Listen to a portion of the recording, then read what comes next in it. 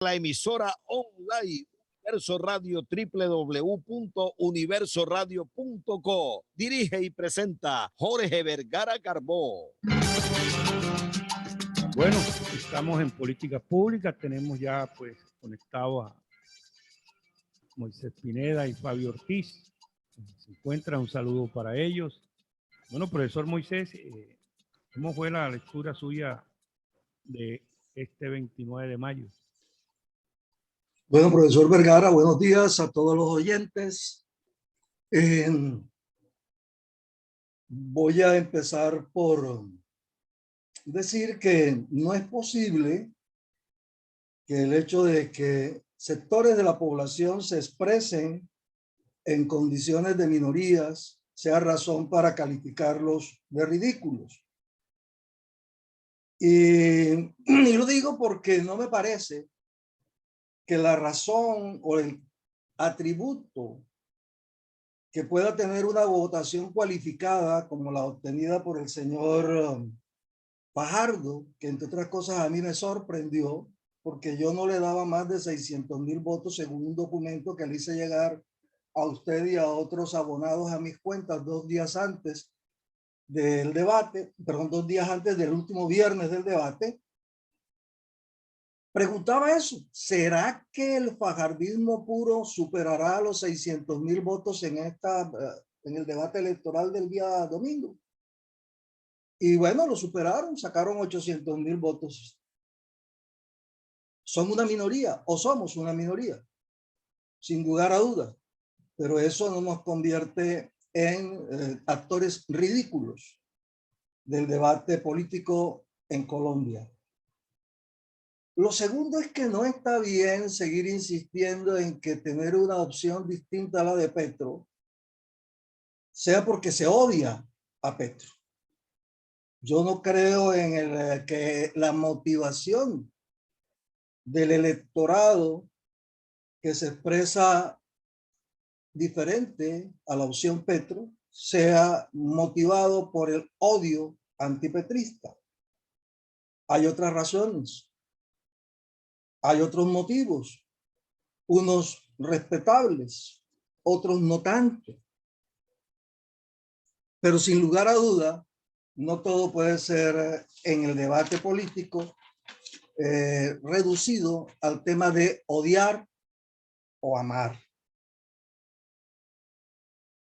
Tampoco es justo que se diga que quienes votaron por una opción distinta a la de Petro es porque son politiqueros y le tienen miedo, o son corruptos y le tienen miedo porque Petro ha demostrado ser lo suficientemente capaz de acabar con los politiqueros y de acabar con los corruptos. El hecho, y se lo he reconocido no una sino 1000 veces, de que Petro es el mejor de todos los congresistas que se han dado en Colombia de 1950 a la fecha. Y en algún momento me atreví también, y a aguantar palo por eso, de haber publicado la lista de todos aquellos corruptos que han ido a la Guandoca, a la cárcel, a un juzgado, a un tribunal y son condenados gracias a la labor que Petro hizo o viene haciendo en el Congreso de la República, en el ejercicio de esa función principal del Congreso, que es la del control político. Pero eso no quiere decir que quien no esté con él o que quien no vote por él lo hace porque es un politiquero corrupto que tiene miedo que también lo vayan a meter preso. Y por otro lado, ya finalizando esta primera anotación, no se puede motejar como antirregionalista a aquel que vota por una opción distinta a la que plantea Petro. Y aquí me voy a apuntalar en una especie de ejercicio de lo que pudiéramos llamar de pie forzado para comenzar a desarrollar el argumento. La visión que se ha planteado las personas que usted citó, Eduardo Verano de la Rosa, profesor Vergara, se han caracterizado por presentar una mirada de la región que yo he llamado incompleta y coja. Y he dicho que es incompleta porque su territorio termina en Córdoba, y he dicho coja porque está sustentada sobre unas realidades que no son las económicas, sino las estrictamente de representación electoral. Y esa manera de mirar la región es una equivocación. Y por eso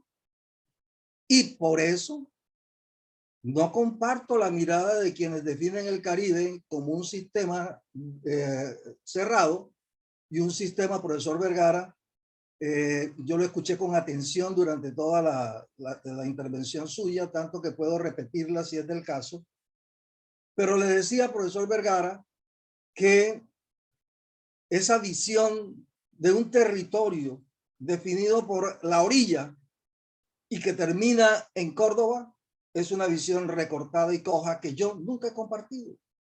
Y por lo mismo, no puedo acompañar miradas o definiciones que partan sobre esa visión territorial.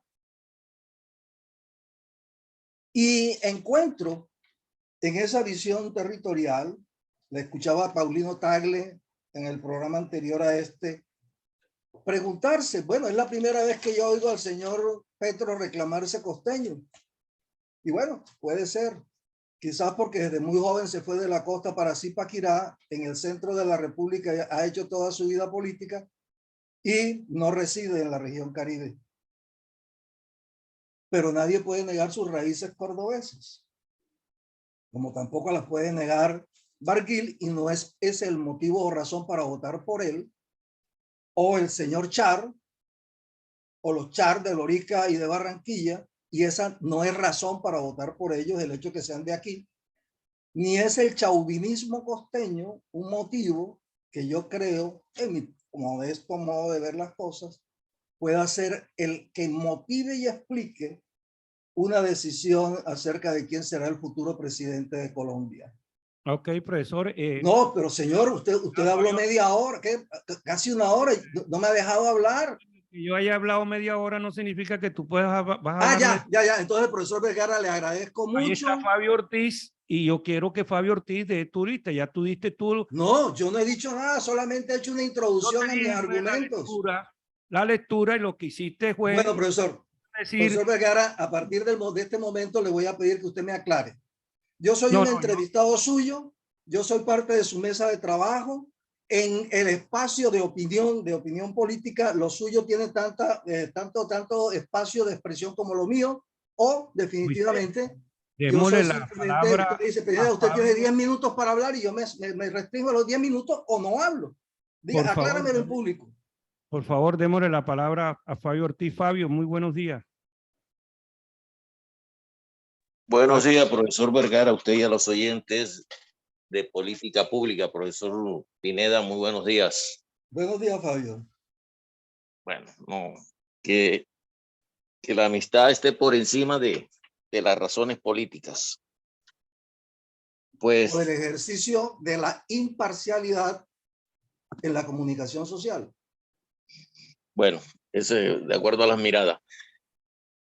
Pues me toma a mí la única sorpresa que podría esbozar es que definitivamente la tercería tiene una importancia en el juego democrático de nuestra nación. Hace algunos años la tercería era nada, o sea, siempre dejaba ahí como algo de relleno, y en esta oportunidad creo que esa tercería le sirvió al país, al ciudadano mejor, a tenerlo como un túnel de escape a esa clase política que lo ha golpeado durante tantos años, y fue la mejor manera de expresarlo así. Que las cifras den en el segundo round de este proceso político, de ganador a uno o al otro, bueno, ya ahora sí viene lo que es jugar con inteligencia. Van a haber muchas tulas, profesor Pineda y profesor Vergara, va a haber mucha tula en los municipios. Hubo el domingo, pero van a seguir habiendo. Este no es un mensaje negativo a lo que se pueda dar, al contrario. Creo que la ciudadanía tiene la oportunidad de definitivamente darle la estocada al, al proceso de tantos años de la clase política que se expresó pues en las urnas. Eso de haber borrado a la clase política, bueno, borrado es un decir, no es borrado, simplemente dejarlo ahí un poco golpeado para que en este segundo proceso, que ya es la final, pues pueda o no pueda la clase política. Ahora se puede recomponer, puede negociar.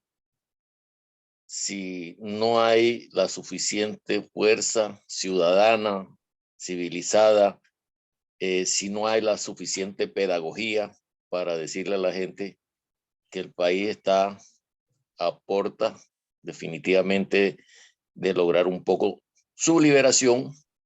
El cambio se dio, sí es cierto, el cambio fue ganarle a Fico, pero eso no significa que el cambio haya sido para bien de la democracia nuestra, porque hay, y usted lo sabe, profesor Pineda y Vergara, hay mucho, pero mucho de desconfiar, por decir la palabra, de este señor Hernández. ¿Por qué? Porque también tiene sus antecedentes, y son antecedentes que vienen precisamente por la corrupción. Pero yo recuerdo, profesor Pineda, y recuérdeme, usted en el año... Profesor Fabio, si se va a referir a mí, le suplico al profesor Vergara que me dé la oportunidad de replicar. Si no, habla en términos generales y yo me quedo callado. Bueno. Bueno, usted dijo una vez, Moisés, para mencionarlo... Fabio, un momento.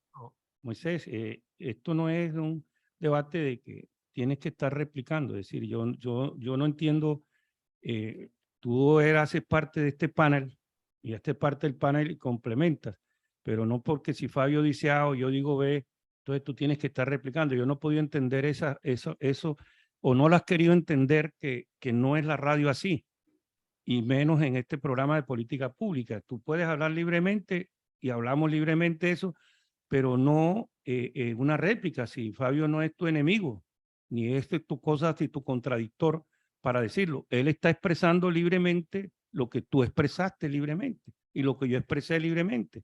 Tú exprésalo.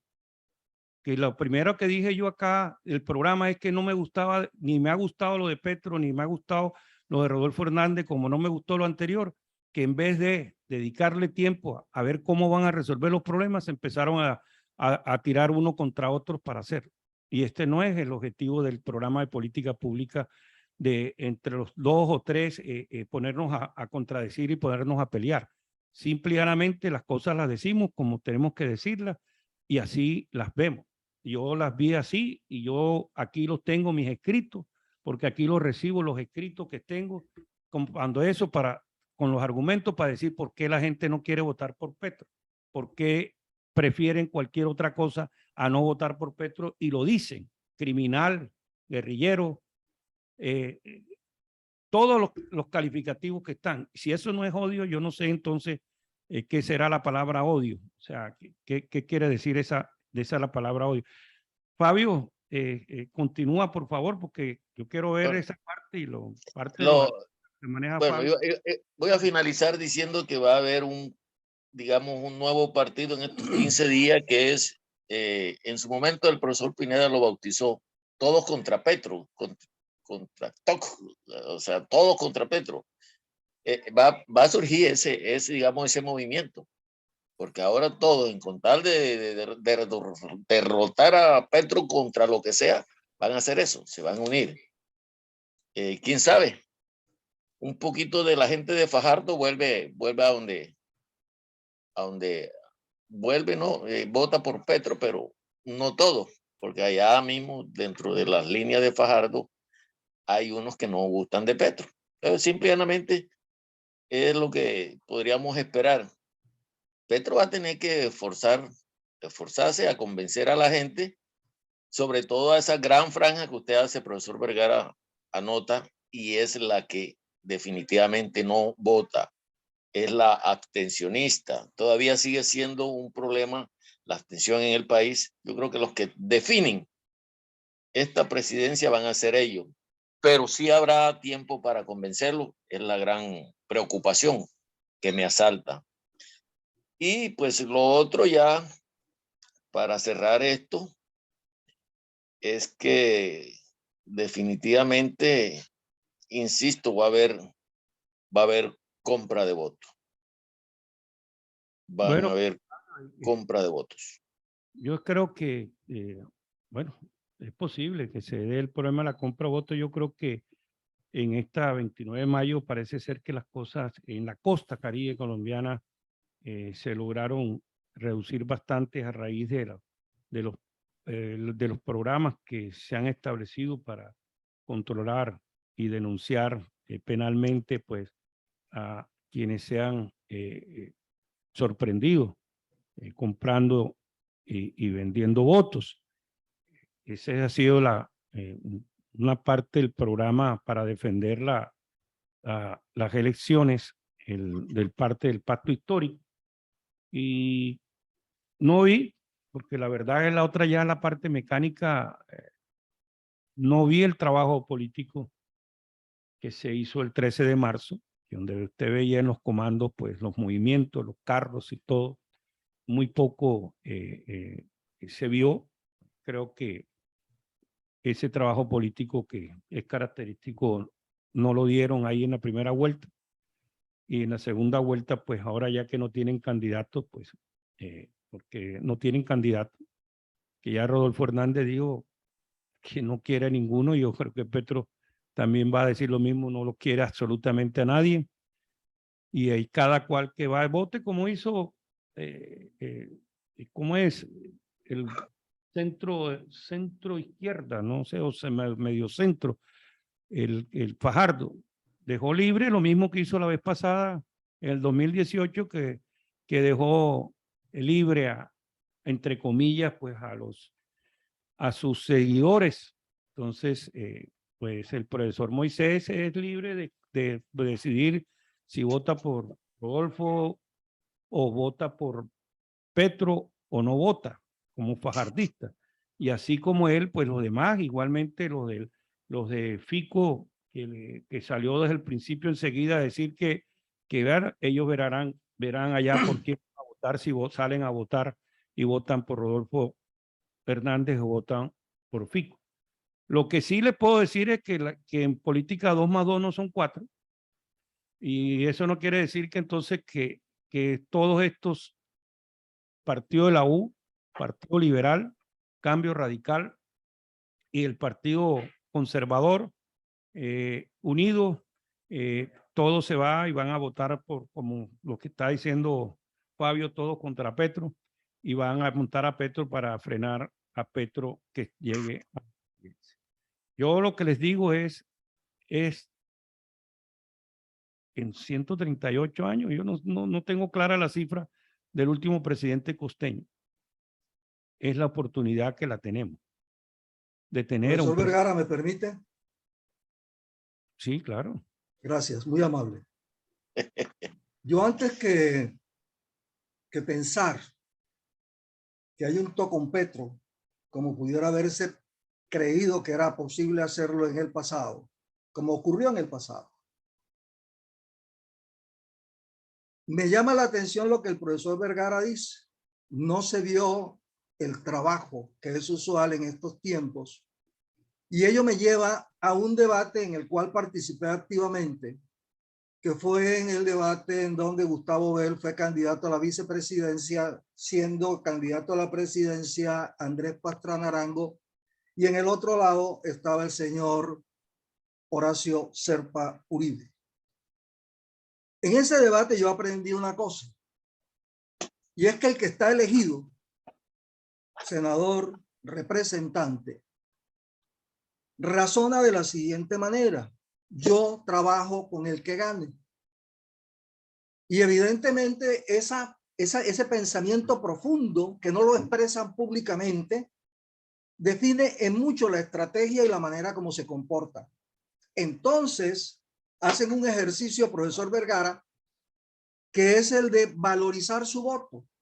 Su voto vale más, comillas, cuando digo vale quiere decir pesa más en una segunda vuelta que en una primera. Para los liberales, voy a poner un ejemplo, para ese partido que el profesor Vergara llamó malhadado o algo así,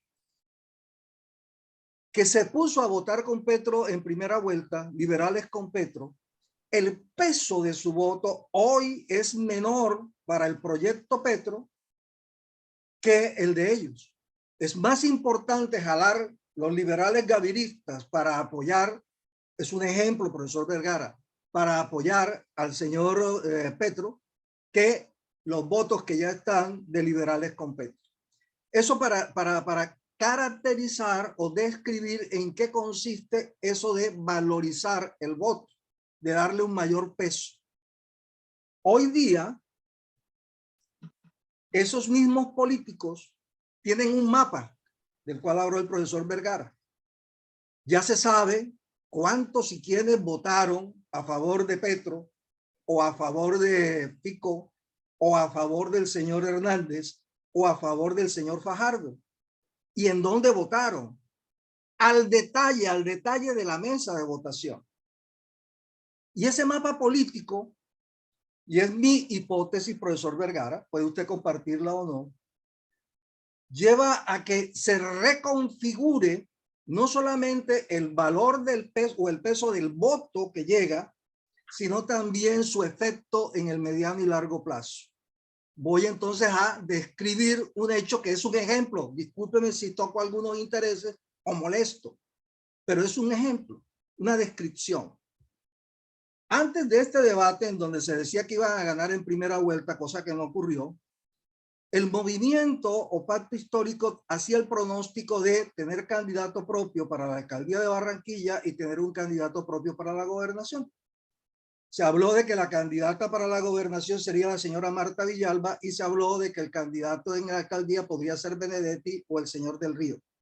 Y bueno, yo voy a decir, Moisés, ahí como dijo hoy Rodolfo Hernández, que lo escuché, y porque le hicieron una pregunta y él dijo, bueno, primero hay que ganar. Primero tiene que ganar, es el 19 de mayo. Ya habrá tiempo después para ver quién va a ser candidato a gobernador. Usted va de candidato a la alcaldía.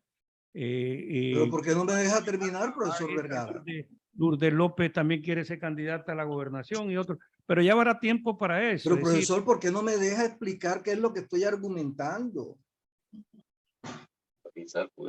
¿Por qué? Diga, deme una razón para no tener siquiera 5 minutos para terminar de concretar una idea. Deme una razón.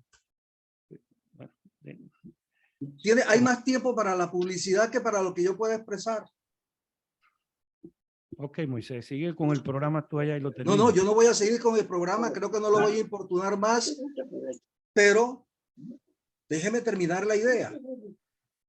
La idea que estoy tratando de expresar es que en este momento puede haber una directriz por parte del pacto histórico en el sentido de poner a jugar las alianzas locales para poder arrumar o recoger el 1.000.000 de votos, 1.5 millones de votos que hace falta al proyecto Petro para poderse hacer elegir presidente de la República. Esa estrategia ya se usó en el pasado. Yo no sé por qué se molestan cuando uno tiene la posibilidad de expresar una idea diferente. En el pasado ya eso se usó.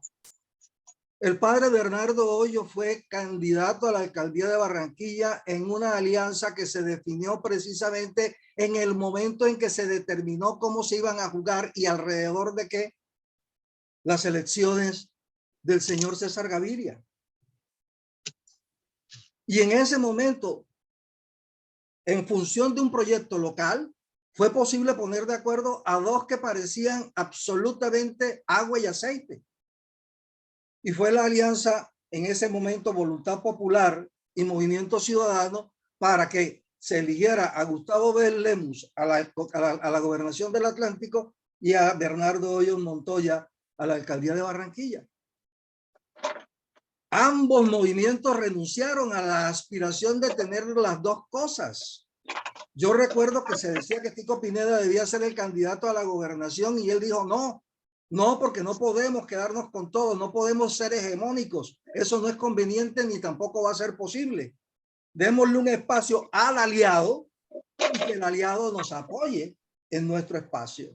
Eso ya pasó, entonces yo pregunto, si ya se sabe cómo está distribuido el poder político, ¿qué impide? Y yo no sé si eso es una ofensa, que el señor o los señores de Cambio Radical que apoyaron a Fico Gutiérrez y los que apoyaron también desde el Partido Conservador, que son también aliados de Cambio Radical, o de, en este caso, el charismo, para no meter a otros, y los que desde el Partido Liberal también fueron y son aliados del charismo, ¿por qué no se puede pensar que sea posible que en desarrollo de esa estrategia o de esa orden dada por Petro en el sentido de buscar 1,5 millones de votos, sea posible que ese 1,5 millones de votos se consiga con unas nuevas alianzas políticas electorales alrededor de los proyectos de poder local? Ahí sí quisiera yo tener una posibilidad de que alguien opinara distinto, pero es lo que estoy viendo que puede ocurrir. ¿Me equivocaré? De pronto sí,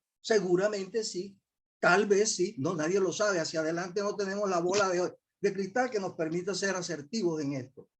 Pero los hechos del pasado nos indican que los políticos les interesa el poder y los políticos tienen unos pronósticos sobre el poder local y eso ya está mapeado en este momento y lleva en algunos casos, es posible que esto no se dé en el Atlántico ni en ninguna parte de Colombia o que se dé en toda Colombia, los actores locales que son agentes políticos lleguen a acuerdos políticos que se traduzcan en apoyos electorales para el proyecto Petro. Ahí yo veo más facilidades al proyecto Petro, en donde es posible que se tengan más confianza porque los actores se conocen, que en el caso del proyecto del señor Hernández, donde los actores son difusos. Nadie sabe con quién está hablando, ni nadie puede ser garante del cumplimiento de una alianza hacia adelante. Eso era lo que quería decir respecto de este punto. No sé por qué se molestan y no sé por qué resulta tan difícil hablar sobre este tema.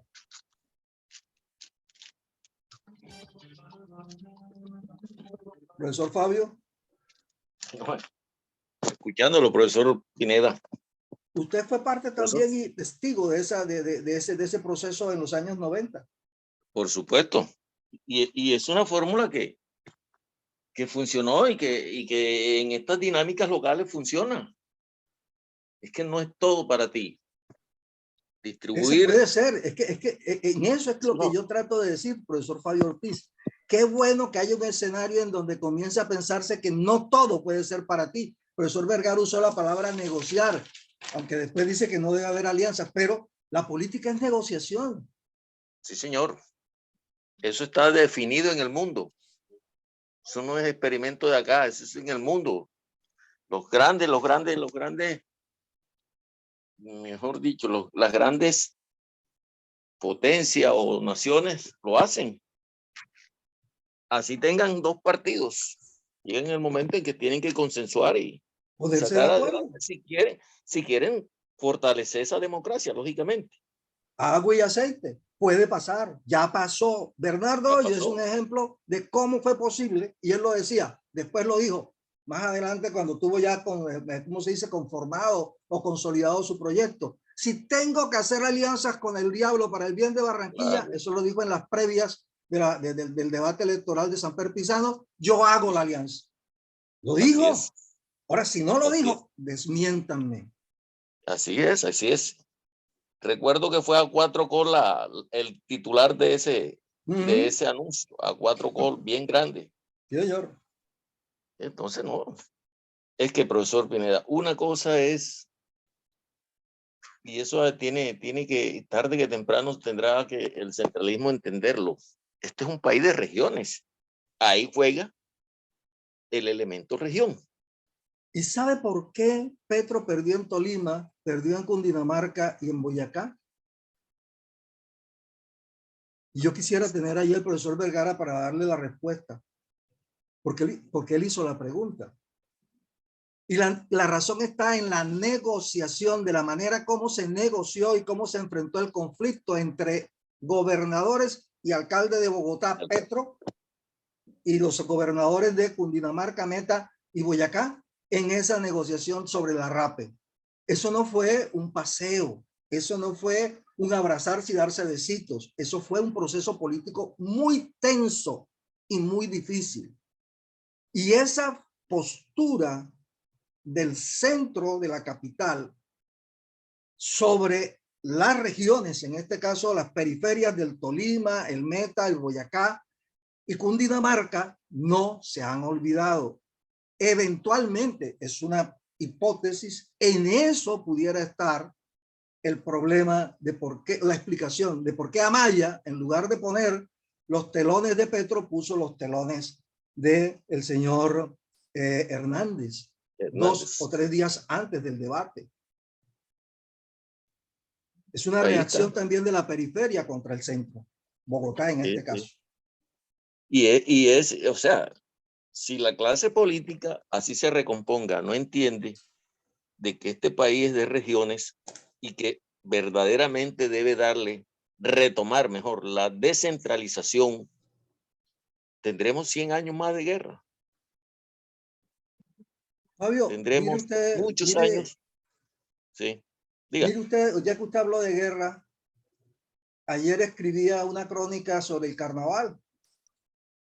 El general Heriberto Bengoechea, el general Carajo y el general Echeona, jefe de la policía departamental, que en medio de una ópera que se presentaba en el Teatro Municipal, fueron importunados para que fueran a poner orden en el mierderito que habían armado la danza del perro negro y la danza del garabato, que eran 2 danzas de Congo, en el territorio de los ricos de la ciudad, en el barrio de Las Quintas. Se estaban dando hasta con los postes de la energía eléctrica.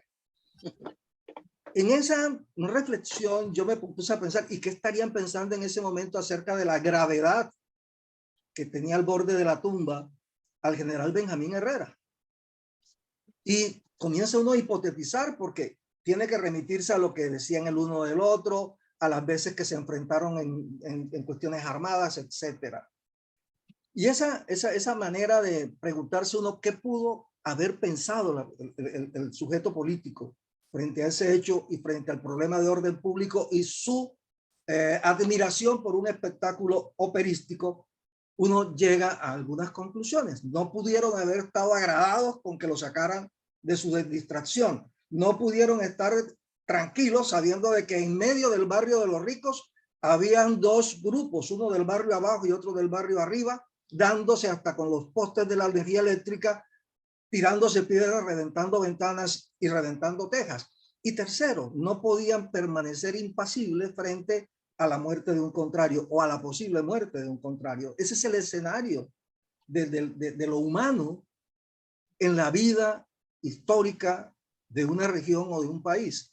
Y en este sentido, cuando uno comienza a ver todas esas redes de poder en la ciudad de Barranquilla, de ese momento histórico de 1924, 24, los antioqueños y los santanderianos, en el siguiente orden, santanderianos y antioqueños, conformaban las élites nacionales que manejaban la ciudad de Barranquilla. Luego seguía la élite sitio-nuevera o de la orilla del río,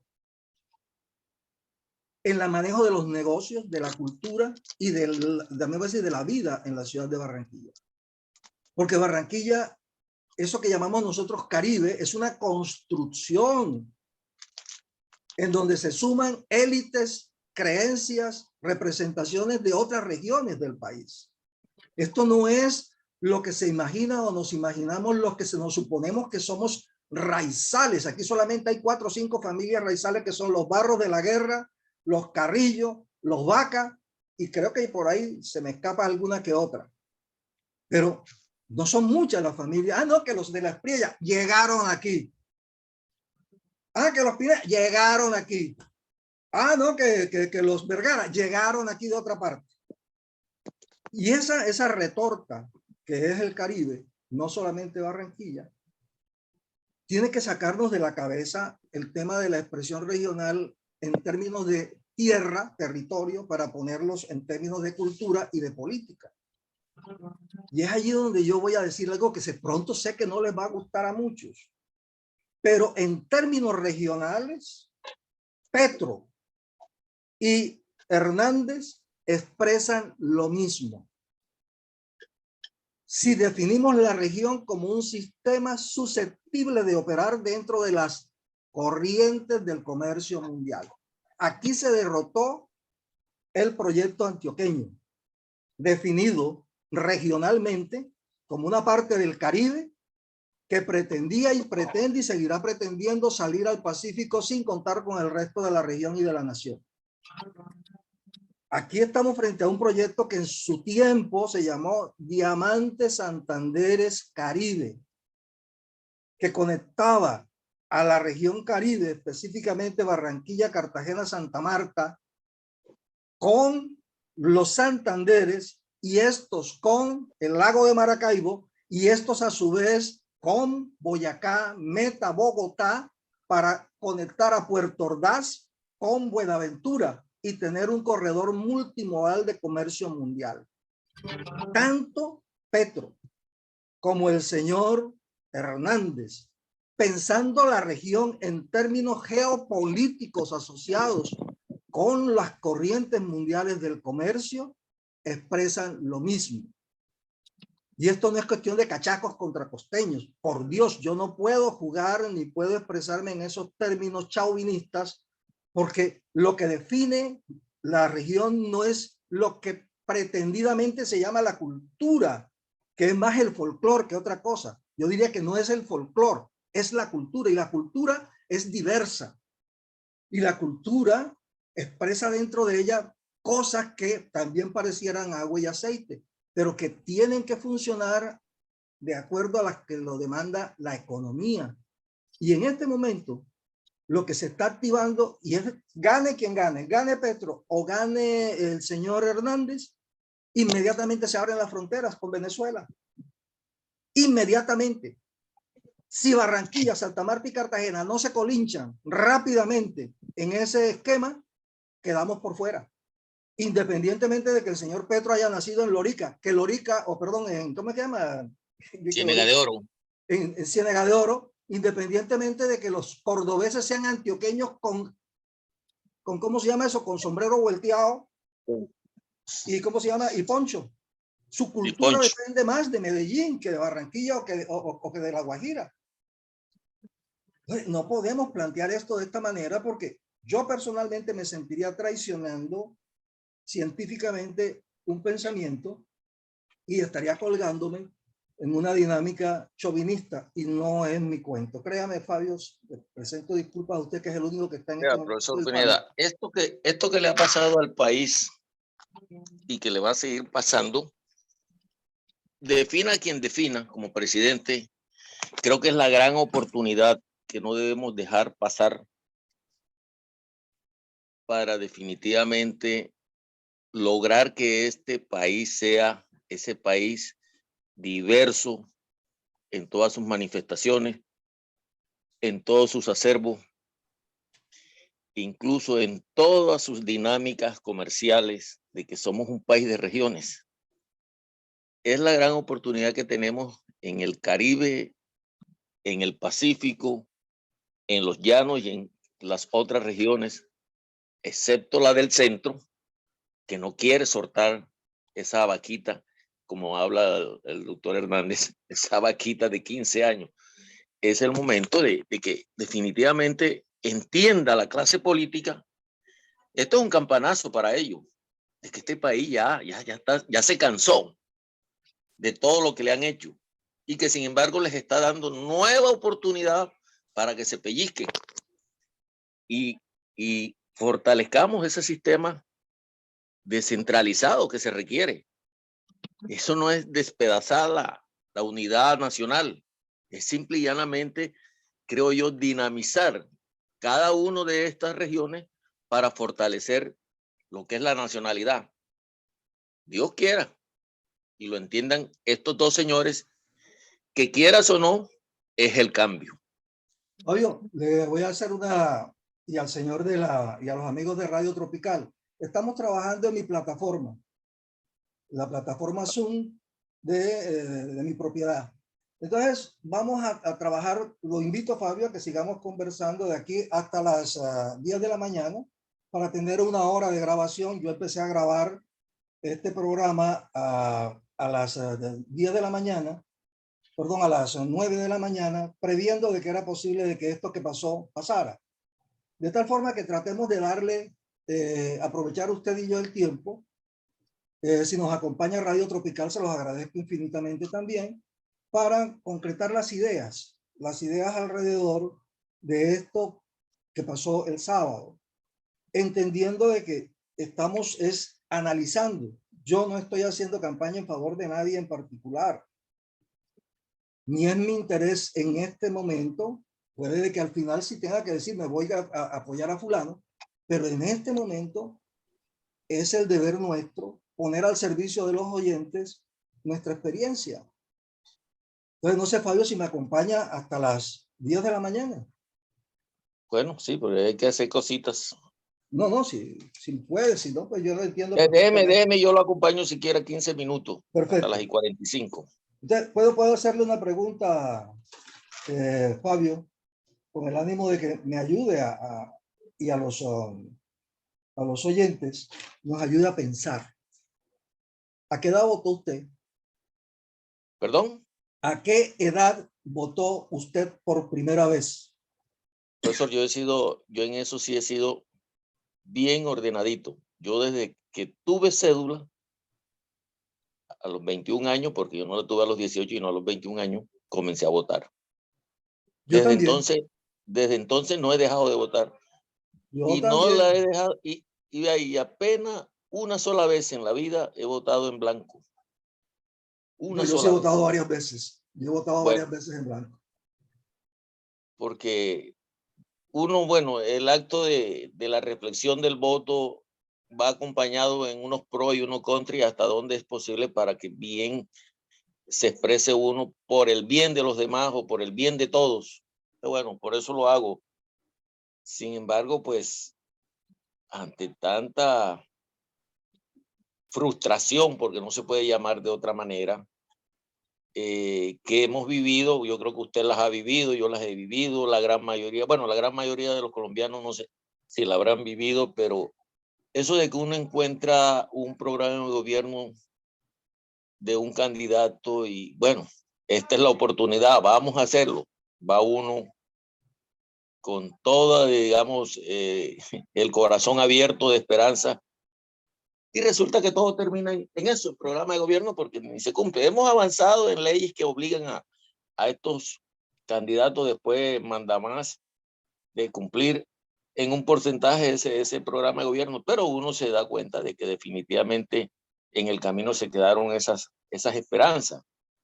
Quedan como bandera en los árboles, como las bolsas que uno bota. Como la pelea del perro negro con el garabato.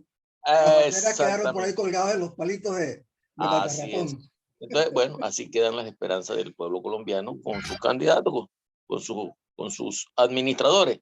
Así es. Pero fíjese, Fabio, que frente a esa pregunta, la intención mía se orientaba a lo siguiente.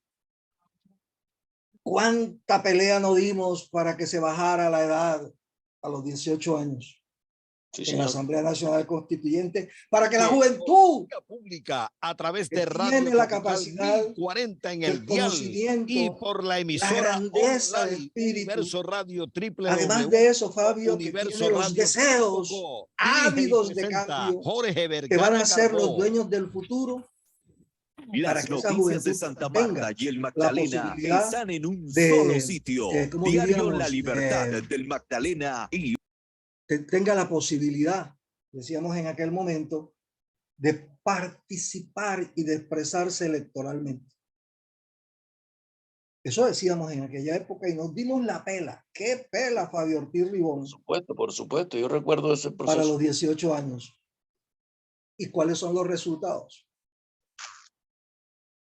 Ha sido Profesor, yo a veces digo y pienso, reflexiono de que el sistema nuestro jurídicamente es perverso para hacer que ese ciudadano sea apático a tomar decisiones, a entender que ese instrumento que se llama cédula es el más civilizado para hacer los cambios en su sociedad.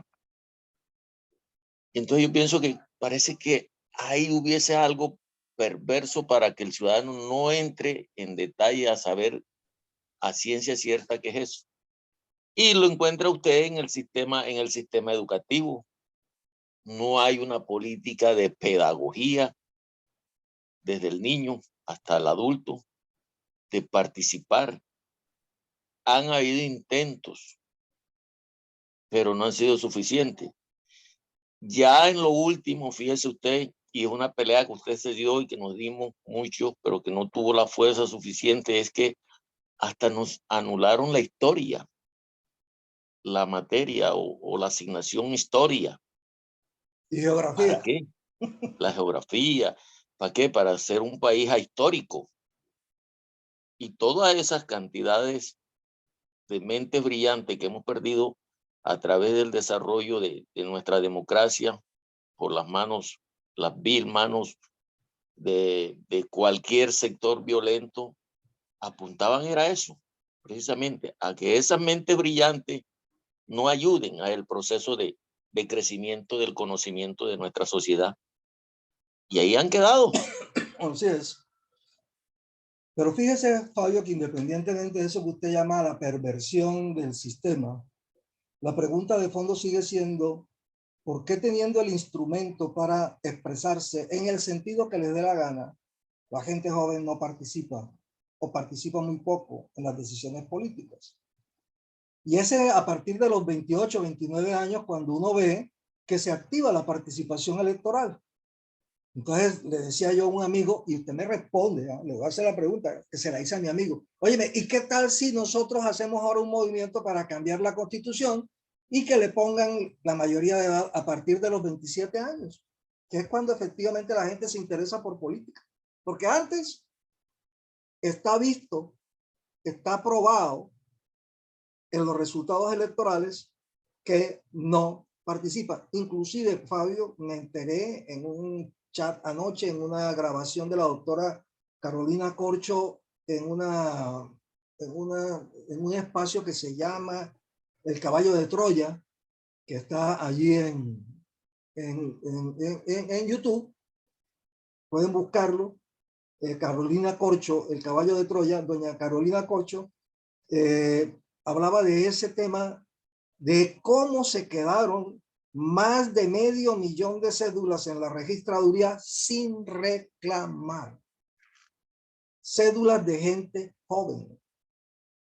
Cédulas de personas que tienen la capacidad, por lo menos pienso yo, de juicio, para expresar su opinión votando por uno o por el otro.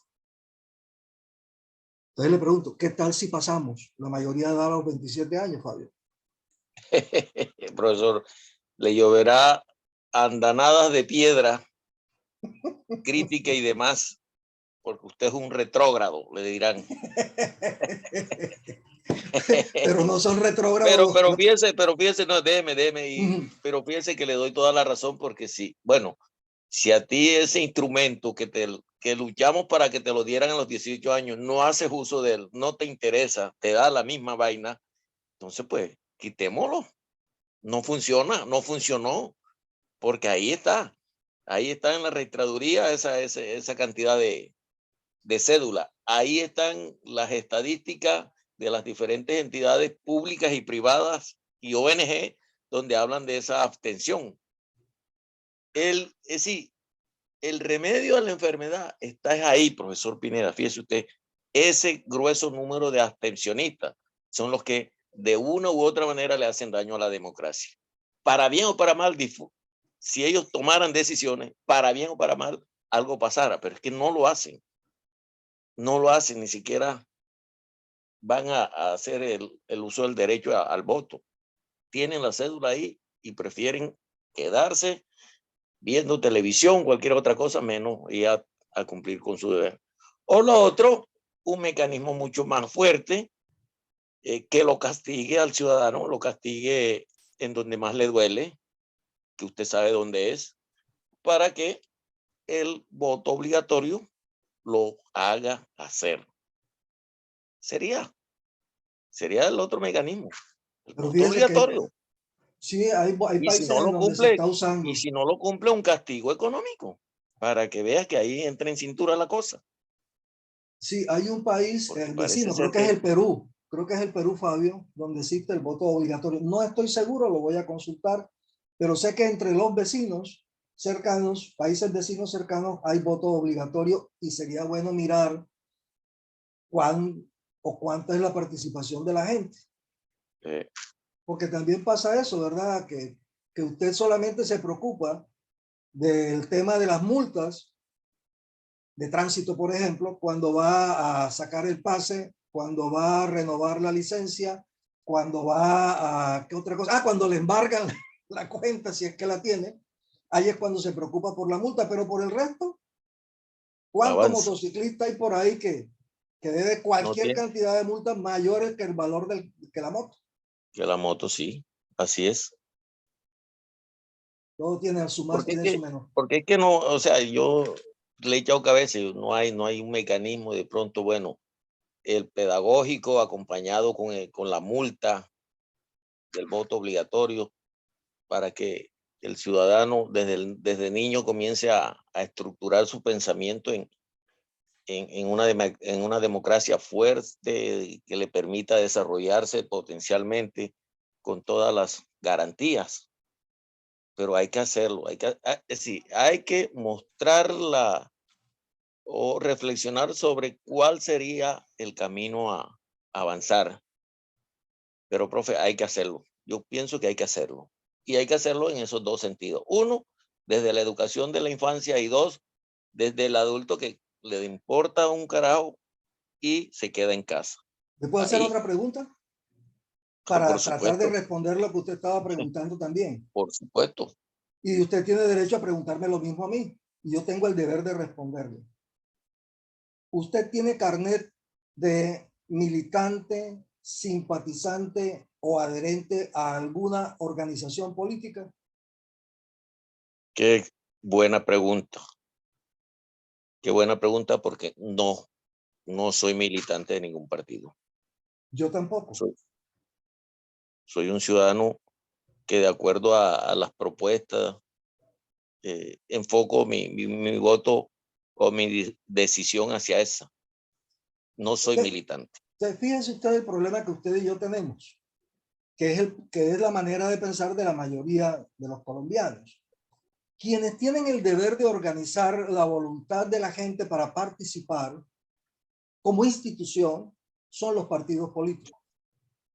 Pero los partidos políticos no logran desarrollar la acción tendiente a su modernización, que es saber cuántos son mis militantes, cuántos son mis simpatizantes, cuántos son mis, ¿cómo se llama eso? Benefactores o gente que nos ayuda, y cuáles son nuestros votantes, dónde viven, dónde están, cómo piensan. Si los partidos no hacen eso, ¿quién lo va a hacer? Pero ¿qué pasa? Que los ciudadanos no confiamos en los partidos políticos.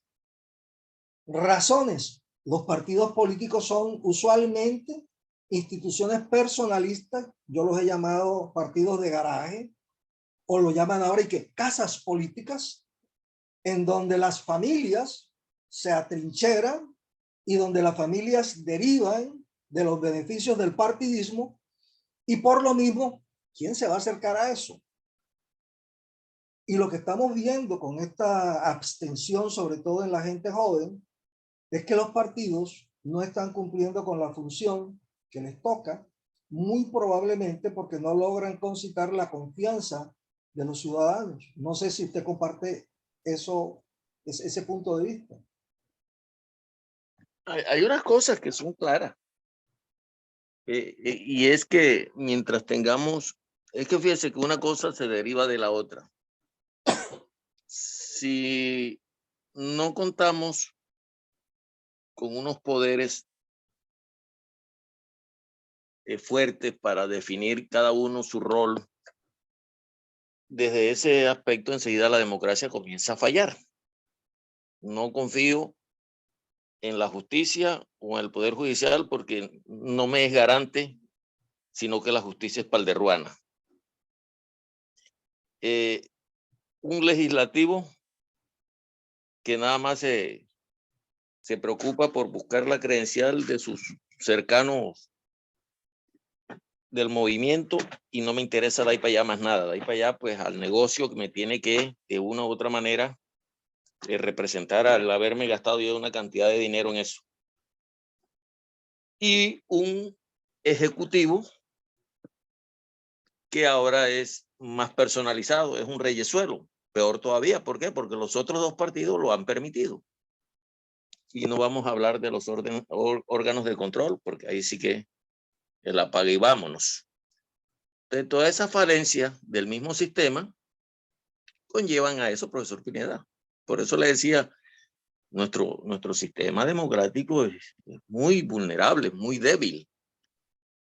No puedo hablar de otros países, no he tenido la oportunidad de vivir en otro país para decir solo lo que uno lee, pero una cosa es leer y otra cosa es vivirlo 1, 2, 3 años, saber uno cómo es ese sistema, para poder entrar uno a hacer una evaluación. Pero el nuestro es demasiado débil. Y yo creo que no solamente es el nuestro, casi que los latinoamericanos están regidos en esa debilidad, desafortunadamente. Sí, inclusive, ¿sabes una cosa, Fabio, que me preocupa? Me preocupa y mucho, porque he encontrado que ese odio, rabia más bien, esa rabia, o no, ni odio ni rabia, esa desconfianza, presento disculpas por haber usado esas dos expresiones, esa desconfianza del ciudadano en los partidos políticos está llevando a una situación mucho más grave y mucho más preocupante. Nuestro amigo, el profesor Vergara, en algún momento hablaba, cuando se refería al tema de la negociación o de la conformación del poder político en los órganos de gobierno, como es el caso del poder legislativo. Él hablaba de negociar, y usted y yo estamos de acuerdo. La política es esencialmente negociación, consenso, búsqueda de acuerdos, mecanismos para resolver la divergencia, y si no nos ponemos de acuerdo, pues sumamos, votamos, y tú allá y yo acá, pero ajá, seguimos para adelante.